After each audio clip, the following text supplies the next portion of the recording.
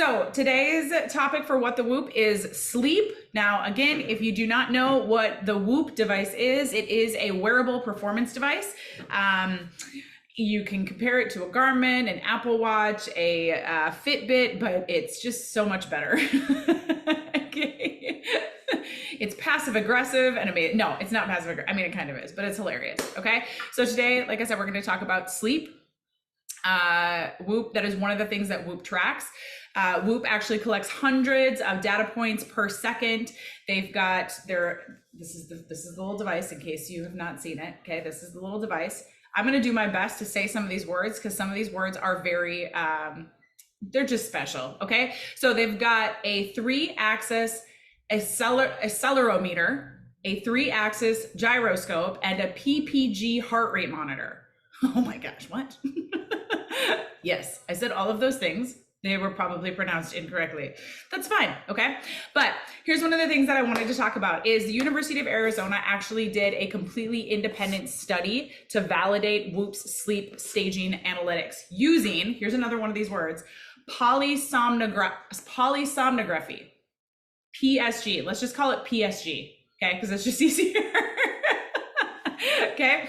And it published the results in the Journal of Clinical Sleep Medicine. So what did they find? Because this is important to know. Like the accuracy of your device kind of makes a big difference, I feel like. The durability of it, the accuracy of it, and the data that you can collect from it all, I feel like are very important. So the Whoop sleeping respiratory rate algorithm was shown to be within 1 breath per minute of the gold standard truth. The Whoop sleeping heart rate was shown to be within 1 beat per minute of EKG. Using the Whoop was shown to be associated with improvements to the sleep quality for participants, and the Whoop sleep staging had high levels of agreement with the PSG. PSG has been identified as the gold standard for sleep tracking. And one of the things that, just have somebody coming in.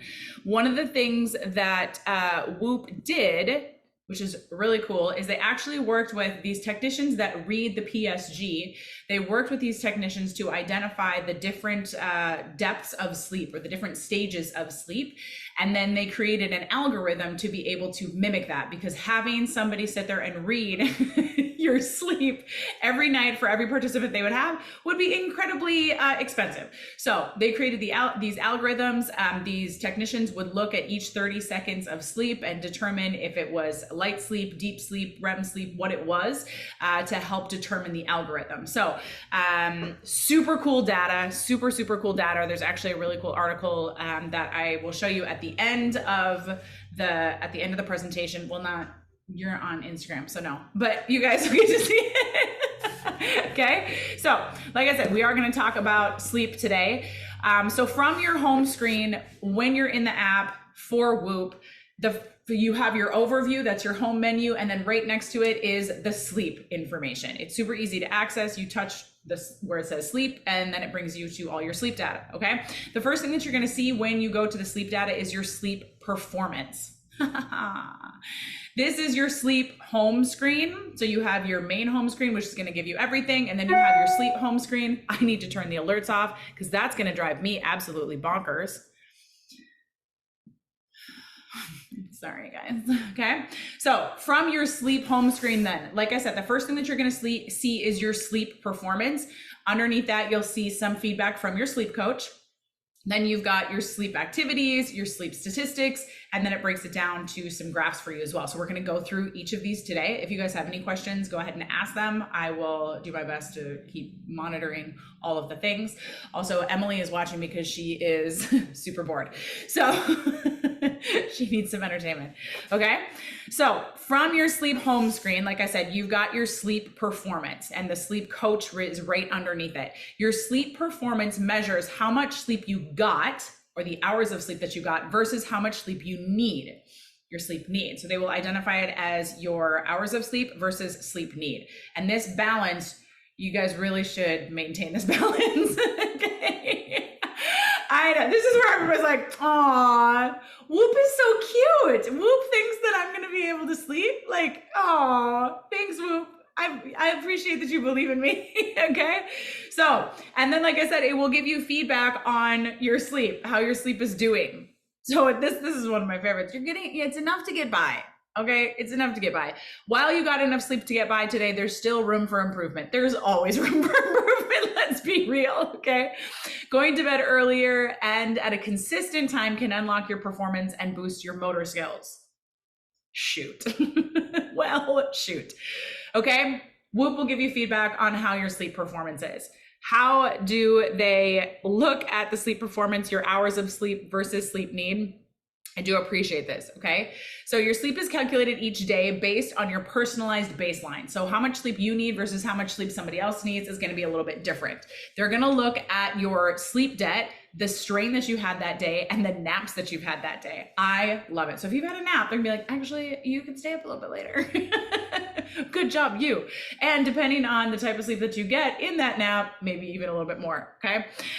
If you are consistently, your bedtime is consistent and your wake time is consistent, your body can process better. It can sleep better because of the consistent sleep and wake times, all right? So if you are not consistently going to bed at the same time, your body does not know when it will be able to go into a REM or a deep sleep cycle, so it cannot function properly. It affects your brain and it affects your body. So that's the first thing I want you to take away from this is consistent sleep and wake cycles will help you better with your motor and your mental functioning, okay? So super, super fun. I love it. Like for the last 2 weeks, mine has been like, you have sleep debt. You might want to fix your sleep debt. I'm like, I know, I'm aware. Leave me alone. Okay. I can't do anything about it. Okay. So like I said, your sleep coach is going to help you. I promise it really does. But in order to help your sleep coach, of course, it needs some information from you. I'm getting warm. You guys, do you remember the last time I did one of these and it registered as strain? Registered as strain. Presenting registers as strain. Yeah, I got like a 7 strain just presenting on Whoop. It was insane. Okay. All right. So your sleep coach, here's what you can do. You can set up in your sleep coach how you want to perform the next day so that your sleep coach can say, if you need to peak tomorrow, so you need 100% sleep, you should go to bed at this time. If you don't have to have peak performance, you're like, I have to show up. I have to show up. I don't have to like really show up, but I have to show up. Then you need at least 85% sleep. Okay. 85 to just like, okay, to 100. 100 is peak performance. 85 up is going to be your performance. And then your just getting by is at 70%. So this is why a lot of people will set their sleep goal to 70% is because 70% is like the minimum. If you're getting less than 70% of your sleep, you're not going to be functioning properly. How you feeling, Nahida? As always. Okay. So listen to your sleep 450.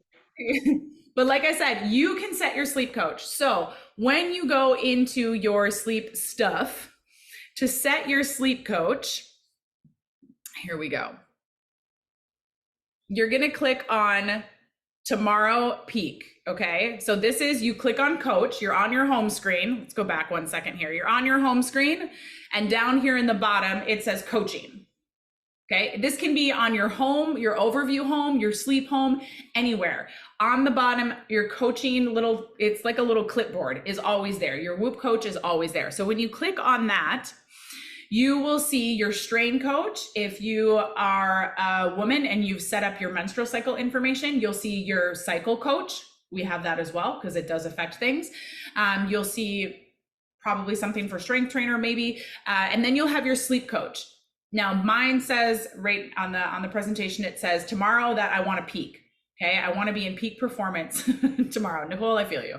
Every day I'm just getting by. Okay, so if you click on tomorrow peak, it will bring up your sleep coach. Okay, now up in the right hand corner is going to be where you can set your scheduled alarm. So if your schedule is consistent, which remember it's supposed to be, you can set it so Monday through Friday or Monday every day of the week, you wake up at 7 o'clock or 6:30 or 4 a.m. or whatever the heck time it is, you can set it so that you wake up at that time. Okay. If it's inconsistent, which, you know, it's more important that you're going to bed at a consistent time. If your wake time fluctuates half an hour, it's not such a big deal, but really try to make sure that when you are going to bed is a consistent time. Okay. So you can set your alarm individually every night if you want to, or you can set it so it just automatically is the same every time. Okay. So I've got it set that tomorrow I want to peak. If you click on that, it'll give you the option of I need to peak tomorrow, I need to perform tomorrow, or I need to get by. Okay. The alarm down here, you can set it to either wake you up at the exact time. It can wake you up when you reach green, or it can wake you up when you've reached 100% of your sleep. Depending on how bad you are, you may never wake up again. No, I'm just kidding. I'm teasing. Okay. So I use my Whoop as my alarm. I have it set to wake me up at the exact time. Pretty much Monday through Friday, it's at 6. Saturday, it's at 6:30, and Sunday is when I get to sleep in, and I really have to work to sleep in till 8. I'm usually at 7 a.m. I'm like, no, stay asleep, stay in bed. Don't get up, don't get up, don't get up, don't get up yet. Okay. But if you set in your sleep coach what day of the week, you can set that too. Like, these are the days that I want to peak perform. These are the days that I need to just show up. These are the days I need to get by. You can set that in your sleep coach as well. Okay. That will help determine for your sleep coach how it will coach you when to go to bed. Some of us have received messages from Whoop at 4:30 in the afternoon. That's like, you should start getting ready for bed now. It's not going to happen, man. So if your Whoop is telling you at 4:30, you should start getting ready for bed. You need to really consider your sleep habits. Okay. All right. So that is a little bit about your sleep coach. Now, when you go into your sleep activities, so we're back here on the right-hand side is your sleep home. Okay. And underneath your sleep coach, if you look at your sleep activities, once you open it, what's on the left is what you're going to see. You're going to see your heart rate during your sleep. You're going to see your stages of sleep. And then below that, you're going to see your sleep metrics. So we're going to go through these now. We're going to look at the heart rate. We're going to look at the stages of sleep, and we're going to look at our sleep metrics. Okay. Super, super fun. Always super fun. Okay, so your heart rate is pretty self-explanatory. It's monitoring your heart during your sleep. What's fun about this is as you look at your stages of sleep and where you were, where your heart rate was in those stages of sleep, that's where it gets really fun and interesting for me, I feel like. Okay, I'm like, I will, sometimes I'll wake up in the middle of the night. I'm like, I can't wait to see what my heart rate did right then, because maybe I woke up from a dream. Maybe I woke up because fish needed to go out. Like, I don't know, but there can be plenty of reasons why you get up. There can be times where you're awake, but you don't know that you're awake, but Whoop will register those things. Okay. It's super cool. All right. So if we're going to take a look at our sleep activities here, so you can actually see how the heart rate monitoring changes with the sleep activity. Now, when you look at the sleep activity or the different stages of sleep on the screen here, they're color coded. I love it. Okay. They are color coded, and it will correspond that way on the heart rate monitor as well. Right now, when you're looking at those graphs, they're essentially bar graphs. It tells you the different stages of sleep. So we have awake, light, SWS, deep sleep, and we have REM. It says 5% of the sleep was awake, 62% was light, 13% was deep sleep, and 20% was REM sleep. Our deep sleep and our REM sleep are our restorative sleep cycles. Okay. So if we're not getting enough REM or deep sleep, then our body and our mind are not restoring properly. They're not getting enough rest. We're going to start to see it affect our regular daily life. Okay. It doesn't just tell you the percentage, it tells you the actual amount of time spent in those. So if that's more your cup of tea, you can definitely look at that. Everybody is different. obviously, but just keep that in mind. And then one of the things I do like about this is you can see just above awake, it shows you what your typical range. It'll show you these little lines mean that this is your typical range. So the night that this is from, I got more light sleep than I typically do. I got less deep sleep than I typically do. My REM sleep just squeaked into my typical range, okay, just barely. And my awake was pretty consistent, okay? But like I said, we're gonna go through these sleep activities or these sleep stages and kind of talk about them and show you where they're all at. Now, the first one, like I said, is awake. It's the amount of time that you spend awake while you're in bed, okay? You, again, may not be aware that you woke up at this time, but Whoop will track it. There's, like I said, an amazing article I'll show the link to at the end that shows you how they read this information, and it's so freaking cool, okay? So this first one that's actually the image on the phone shows you awake with the awake time. When you touch that section of sleep, so either awake, light, or stage of sleep, it will highlight it on the heart rate monitor. So these white peaks on the heart rate monitor, which makes sense, your heart rate is going to increase when you are awake, okay? Those are my awake times. Now, if I were to click on the light sleep time, so this is gonna be a light purple, that's gonna highlight the light sleep times. Okay, so the light sleep is sleep that helps you transition into your deep and your REM cycles. It's not restorative, but it is important in preparing you for the restorative sleep cycles. Okay, if you're not getting enough light sleep, your body's not properly preparing. It's like a warm up for intense sleep. Right? Think of your deep sleep and your REM sleep as like HIIT training. And you have to do the warm up first, okay? So you wanna make sure that you do have light sleep as well. And it is gonna probably be the majority of the sleep that you get. If you're getting a lot of deep sleep, a lot of REM sleep, that's totally fine. Now, the pink part is your deep sleep. So that is when your body and your muscles are repairing themselves. So you might see when you've had a day that's more physically demanding, you might see that you get, hopefully, more deep sleep because your body needs to repair. If you had a physically hard day and you didn't have a lot of deep sleep, it may be because of your habits before bed or other things that we need to consider. Okay, so your deep sleep, it's nice because when you click on these each individually as well, it will give you feedback on them. So the awake one said, I was awake for 22 minutes, which is 20% lower than my 30-day average. Okay, so it's gonna consider that. And I had 11 times that I was awake that night. When I went on the light sleep, it said it's 9% higher than my 30-day average. So it'll look at the trends for the last 30 days.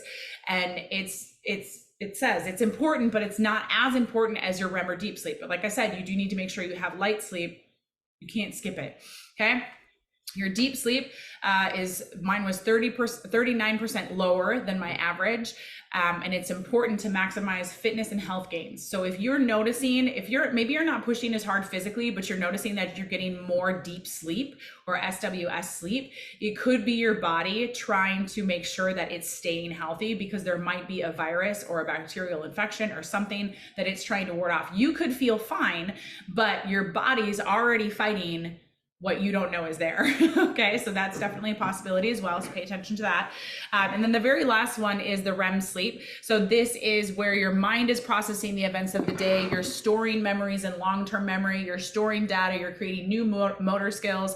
It's really where your mind is processing and working and resting, okay? This one was 27% lower than average.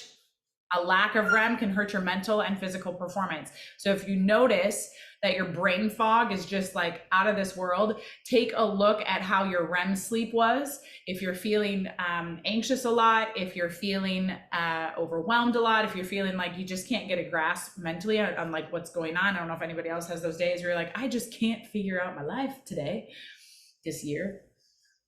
My life, okay? Yeah, it's just my life, okay? Take a look at your REM sleep. You might not be getting enough REM sleep, okay? So those are the different stages of sleep. Now your sleep metrics at the bottom, they track, Whoop tracks your wake events, how many times you wake up in the night, the efficiency of your sleep, and your respiratory rate. The respiratory rate tracking it was not there when I initially started with Whoop. I'm so glad that it is there now. That is how I knew that I had COVID. If you guys have not heard the story, my whole family of 6 got COVID. Everybody tested positive, but I tested negative. And I was like, I don't think that that's accurate. So I was wearing my Whoop, already had it at that point. And I noticed that my recovery was going down. So I was like, okay, I think I have it anyway, but I don't feel bad. I just noticed the data on my Whoop, and retook the test again. It was still negative, and it was a week after my recovery was down that my respiratory rate shot up. And that's when then I felt horrible. And I was like, yeah, I definitely have COVID. So it is because of the Whoop that I knew that I had COVID. And it was later confirmed when I was safe and cleared. I went and donated blood, and they did an antigen antibodies test, and it was positive. So it was confirmed. But again, these are the 3 sleep metrics that it will track. Obviously, your wake events, or when you woke up in the middle of the night, this is higher than normal. You can tell because it says, hi, it's orange, there's an alert. Okay, so it will tell you if it's within range or not.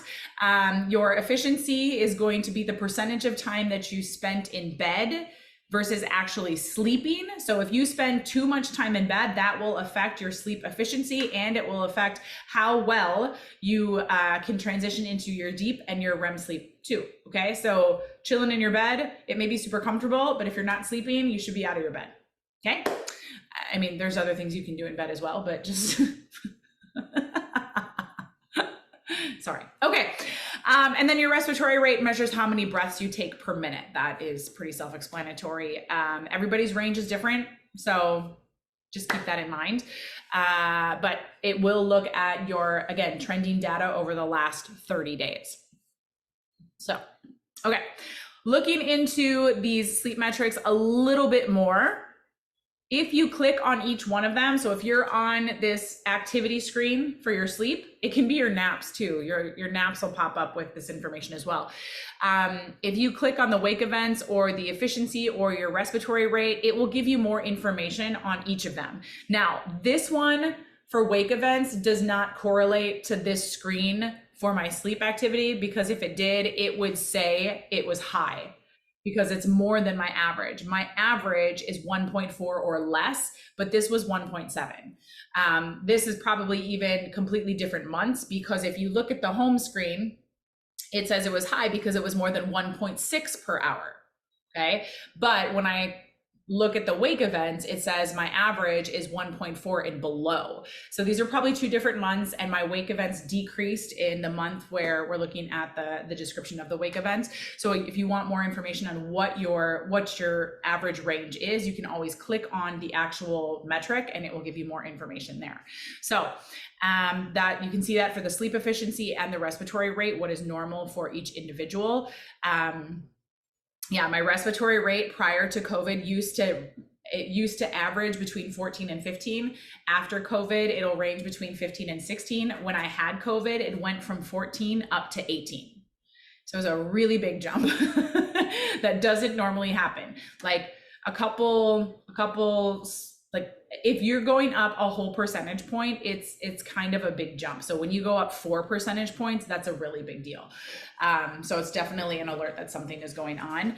But yeah, always listen to your body too. So those are the sleep matrices, whatever. I don't know how to say words. We know this already. Okay, so underneath your sleep activities, if you have a nap, that'll show up here too. Your respiratory or your recovery activities will show up under activities on the home screen as well. If you need to add one, just like you can with the with the regular activities, the strain activities, the little plus button down here at the bottom, you can click that and you can click add activity. And then you can click on the restorative activities or the sleep activities and you can add those as well. Okay. So these are your sleep statistics. So it looks at your hours of sleep, your sleep need, your time in bed, and your restorative sleep. So remember, I told you that your time in bed does affect your restorative sleep. It does affect your sleep efficiency. So be careful how much time you're spending in bed that isn't actually devoted to sleep. Okay. Now, if you click on each one of these statistics, it will bring you to a separate page for each of them where you can find additional information, of course, because we love information. So this one, if you look at it, it's at the so the blue one is the average amount of sleep that I get. I get just under 7 hours of sleep on average. Okay. The amount of sleep that I need is 9 hours based on, remember at the beginning, we talked about based on my physiological need, my strain, my lack of naps. Okay. So it looks at all that information and says, based on what you do, you need an average of 9 hours of sleep. Okay. How much this has changed. So if you look at, there's a small little percentage that tells you how it has changed from last month to this month. So again, we're looking at the 30-day average. Okay. So my sleep actually increased 9%. The amount of sleep I actually got. Yay. Now, granted, I need a lot more than that, but, and my sleep need decreased 1% over the last month. Now this one is looking at this chart is looking at the whole month, the last 30 days from August 26th to September 24th. You can look at it for just a week or you can look at it for the whole 6 months. Okay. And then underneath, so you're seeing this green line is how much sleep I needed. And the blue line is how much sleep I got. I do so great. Look at that. What happened this day and this day? Like, oh my gosh. Okay. They should be a lot closer together, you guys. All right. Oh, it's below I love it. I love it. Underneath that chart then is going to be information on sleep. Super helpful. Highly recommend if you're ever looking at it's great. It's really great information. What is sleep debt and how do you catch up on it? So sleep debt is a real thing. You cannot bank sleep though. Okay. So I need you to hear this. Sleep debt is real, but you cannot save up. You don't have a savings account for your sleep. It doesn't work that way. Okay. You can go into the negative, but you cannot accrue extra sleep. All right. So if you go into debt, you need to catch up on it, but you will never have too much sleep. All right. Okay. How much sleep do adults actually need? So that's going to be your average. It's going to look at different things. Everybody's different again. And there's just a whole bunch of articles there. There's podcast information there that you can look at as well. Great sources of information there. A lot of those feed from the locker room, which is part of their website where all their data is kept. So you can definitely take a look at that. Okay. So that is your hours versus need. So that's the first two statistics for your sleep. The next one we're going to look at is, we're going to dive into this a little bit more. But we already talked about this a little bit. Okay. So this would be a different month. The average hours of sleep that I got was 7 hours and 18 minutes, which was up 3% from the previous month. The hours of sleep that I needed was about 8.5 hours. And then this graph actually looks at the week instead of the full month. So it's a more zoomed in perspective on things, which can sometimes help. Again, the articles are there. And like we talked about before, sleep is calculated, or your sleep need is calculated based on your personal baseline, your sleep debt, your day strain, and any naps that you may have taken, as well as how you are wanting to perform the next day, right? So if you're wanting to peak the next day, they're going to say you need more hours of sleep. Okay. Cool. Okay. Time in bed. This is the next sleep statistic. So it measures the amount of time between getting into bed and getting out of bed after waking up. So this includes the time that it takes you to fall asleep and any awake time during the night. How do they know this, you guys? It's really cool. There's actually an article that talks about the device, and I'm going to show you guys the bottom of it. So remember, it's got all the fancy words. Okay. So the little light that's there, and there's 3 lights that go across. It takes like infrared photos of your blood, basically, to determine your oxygen levels, to determine how active you are. It can, one of the study with University of Arizona was saying that it's, what did it say? I had it open and now I don't have it open anymore, because why would I still have it open?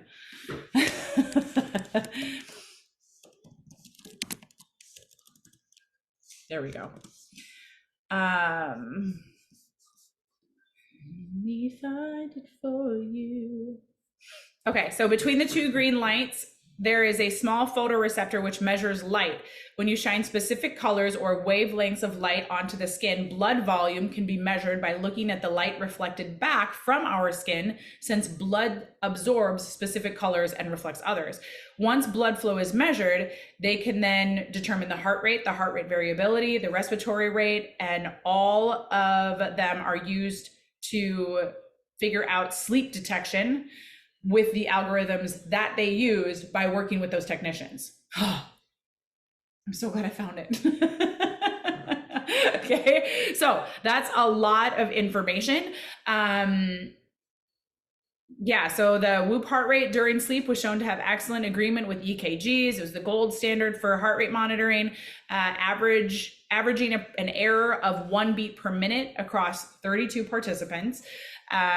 Focused or found excellent agreement between the respiratory rate. We talked about this earlier. So yeah, so it's those little green dots that actually use light and the information sent back based on the oxygen in the blood and all of these things and the heart rate. And oh my gosh, you guys, it's insane. Like I said, this article is linked at the end of this presentation too. Okay. So the time in bed, you have to watch.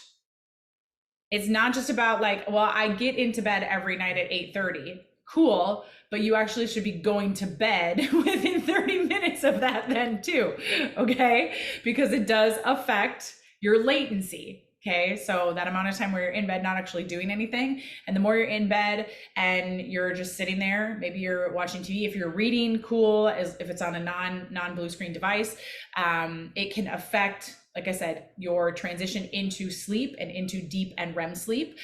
There are some articles here.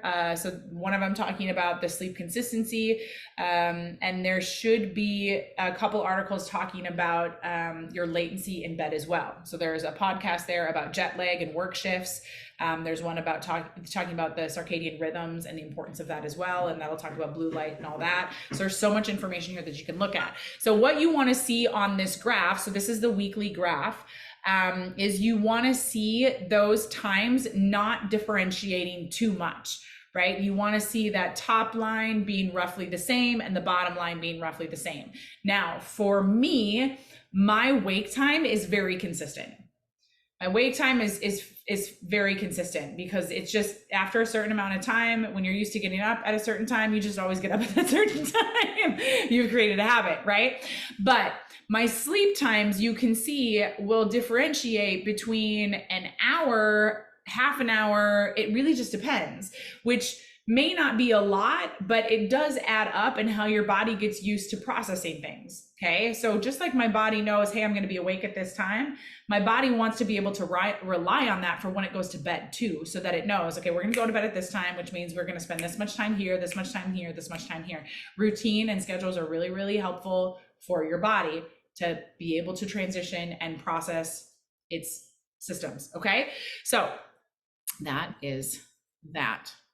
Super helpful. Okay.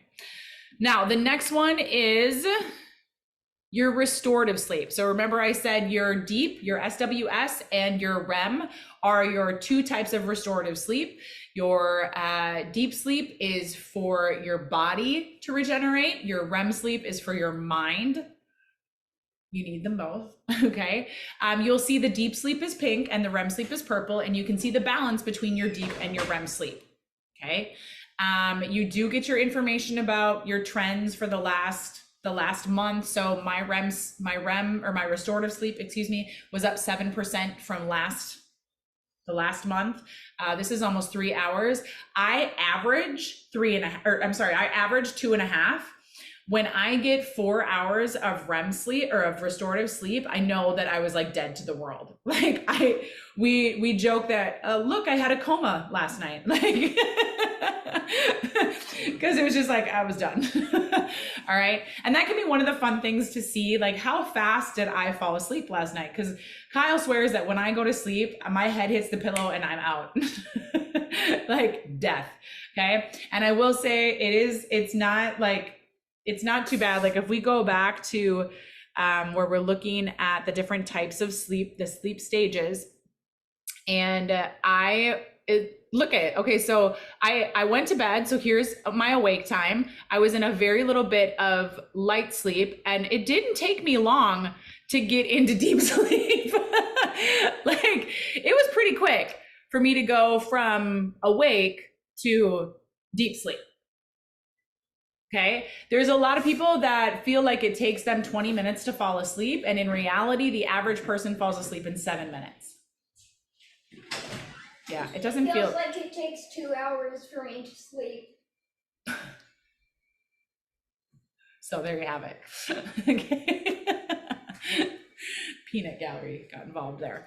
All right. So it's just really fun to kind of see how quickly you are falling asleep. And yeah. Okay. The amount of restorative sleep that you get, again, if you are active or you're feeling sick, it's really important that you are getting that restorative sleep because it does help your body and your mind to heal. Yep.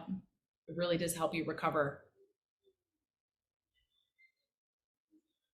Okay. Okay. All right. Now, here's our last main slide. This is your sleep performance tracking. Okay, so this is going to look at, again, the amount of sleep that you need versus how much sleep you're getting and how that is trending. This week was this, I don't even know what week this was. This wasn't this week, but it looks great. Like, I'm not going to complain about this one. Nothing below 70%. The lowest I got on that week was 75%. Okay, and then it's going to show you. So this is going to be on the main screen, the sleep home screen. When you click on it, it'll give you more information on your sleep performance. Again, you can look at it for the month, for the 6 months, whatever you need to look at, but it does give you the sleep breakdown. I really like this. Like, okay, so 3 times over the last week, I had optimal sleep performance. That's not bad. Like, I'm okay with that. 4 times I had sufficient sleep performance, but you guys, I'm really proud of the fact that I didn't have any poor sleep performance at all. Okay. Like, thank goodness. Yeah, I know, right? Caitlin's is like 100% all the time. She's just like always gets all the sleep in the world. It's fine. I'm not jealous. It's fine. Okay, but again, it'll show you your trend. So this was up 4% from the last week. If you click on the month version, it'll show you over the last month. And then, of course, you always have your coach giving you your feedback like, hey, good job at giving your body a chance to recover. You're getting almost all of your needed sleep. It's just a little passive. Like I said, it's just a little passive aggressive. It's fine. And then, of course, there's more sleep information down there when you scroll down a little bit. So here is the biggest, like this was a super helpful article from the Whoop locker room. There's so many articles in Whoop. If you go to any of the sleep pages in the Whoop app, there's a bunch of articles there that you can look at, but this one is a very, I mean, it tells you how it works. Okay. It tells you how they get the sleep, how they measure the sleep, and how accurate it is. So it's really helpful to know. As always, if you have questions when you're in the app, if you see the little eye guy, this, you can click on it and it'll give you information. Most of the things in Whoop, if you tap it, it will give you more information on what that is or what it means or how to interpret it and things like that. Okay. That is pretty much it for sleep. I did much better this time than I did the last time, but I feel like last time we had so much information to go through. Okay, so if you guys have any questions about sleep, please let me know, or how Whoop reads sleep, or why sleep is important. If you don't know that, we should probably really talk. The next What the Whoop is going to be on October 23rd at 2 p.m. And we are going to be talking about the next item on the list, which is recovery. Yay! I know a lot of people this week have been like, why is my recovery like this? And we've kind of joked a little bit that even Whoop is like, I have no idea why you're doing so well right now, based off of Christine, it's okay. It'll be recorded. I'll upload it to the YouTube channel. Okay. This one's the coach is, oh, okay. Your heart rate variability is 35% higher than usual, which signals peak recovery. High HRV is good. A higher HRV indicates your body is ready to perform. Challenge yourself with more strenuous activities. So you may have you don't suck at Christine. Oh my gosh. Okay. You may not have changed anything. You may have maybe your heart rate variability drops and you're like, I have no idea why. It could be, again, because your body is fighting something that you don't feel it yet because it's so new, but your body has identified it as a foreign element and it's starting to do what it needs to do to fight it off. Okay. Something else, and I was talking to someone else about this, is that sometimes if you have a day where you're like, I freaking can't anymore, and you lose it and you just let it all out, that can have a very positive effect on your heart rate variability because you've released all of the stress that you've been holding on to. So sometimes that can increase your heart rate variability. Mental health plays an effect on how your body functions. So if you're holding on to everything, it's going to show up in stress and your capacity to be able to handle stress. So you have to be able to work through those things, or just cry every once in a while. So yeah, okay. So we will talk about recovery, which will include all sorts of fun things. We might need to make it a two-parter. I don't know. It might be a lot, but yeah, that is pretty much it, you guys. Like I said, October 23rd is going to be the next one. We'll make sure that this gets posted on the YouTube channel as well as the first one, where we talked about the overview and the home screen. So you guys can always go back and watch those at your own pace when you're ready. Yeah, that's pretty much it. Any questions about sleep? Yes, Steph. It's not really questions, it's more like comments. the awake thing is like, because I have like between 24 and 28 awake events each night. Oh my gosh. And I don't wake up. I mean, I wake up one time, but that's it. So I was like, whoa. Do you have like sound canceling headphones on at all? No. I wonder if you put those on, or if you had like something to your lovies might be waking you up and you don't even realize it. I was about to say I don't have any kids, so they don't wake me up. You don't, but you do. Yeah. So maybe they do. It could be that. It could be that, because there's a ton of, I mean, there's definitely times I'm like, I was not awake. Like I felt like I slept solid through the whole night, but I woke 15 times. No. No. Yeah. So it could be that. So if you, I will see when I'm away. Yeah. There's no sound if Yeah. it changed something. And it could, I mean, because I was thinking about that too. It's like that could still affect it because you're in a different place. You're in a foreign place. So you might be more like alert to what could potentially be, not alert, but your brain is like, wait, what? Even though you're like, and it could, like, even if you had headphones on or earplugs in, because that's something new, your body might not really let you fully rest then even either, because this is like, what is this now? So yeah, but I would be curious to see what happens when you're out of town or staying somewhere else. It's very interesting anyway. And Super. another, like it commented at some day, I don't remember when. You spent 1 hour 59 minutes in the high stress zone today, the majority of which came from sleep. What? What are you dreaming about? How can I be in the high stress zone for 2 hours in my sleep? In my sleep. You're just magical. So magical. I don't know what I'm doing every night, but Yeah, we need to set up a camera. Can we set up a camera? Steph actually is doing puzzles. No, she's doing strong. She's doing strong. She wakes up yeah, probably. completely. I know I'm moving a lot when I sleep, but I mean, still, high stress Doing zone. something stressful.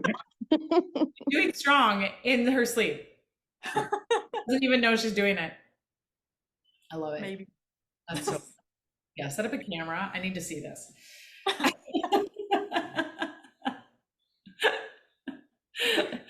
Awesome. Any other comments, questions, concerns? To start. One step, one sleep at a time. I do love it when I take, like, rarely do I actually take a nap, but when I take a nap and then my coach is like, good job, you can actually stay up later now. I'm like, yay. Thanks, Mom. So cool. All right. Well, guys, like I said, the next one is Monday, October 23rd at 2 p.m. Eastern time. I do these when the kids are home. I don't know why.